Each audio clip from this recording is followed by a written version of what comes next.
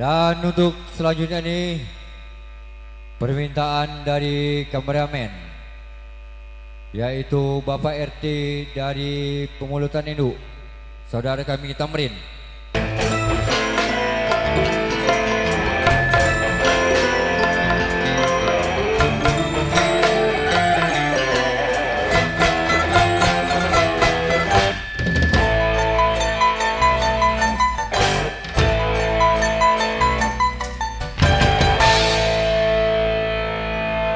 Jangan biarkan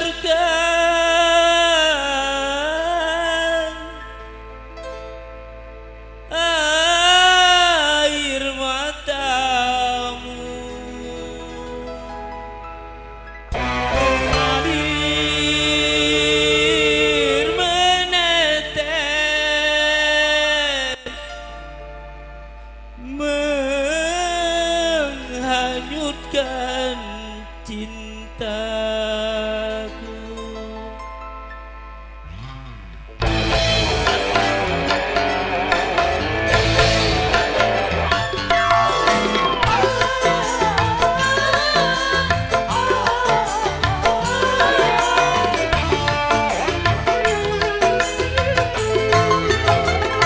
Payung kita ini yang jadi saksi, tak sengaja aku menyakiti.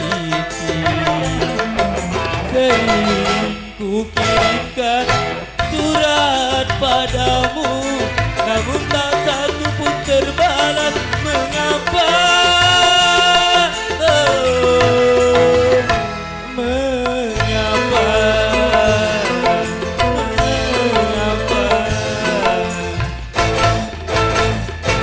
Terpaksa aku memetik bintang karena bulan telah tertutup awan.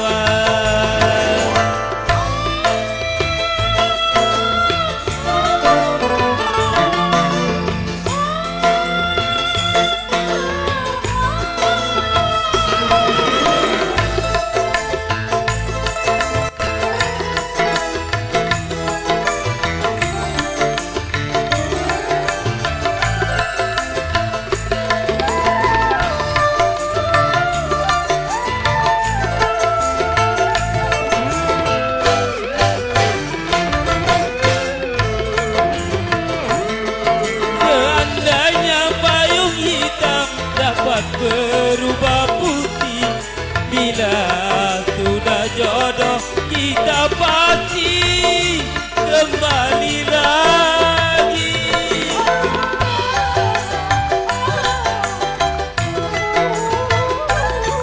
Kunci remaja, jangan engkau lepaskan bukti cinta yang dihasut orang.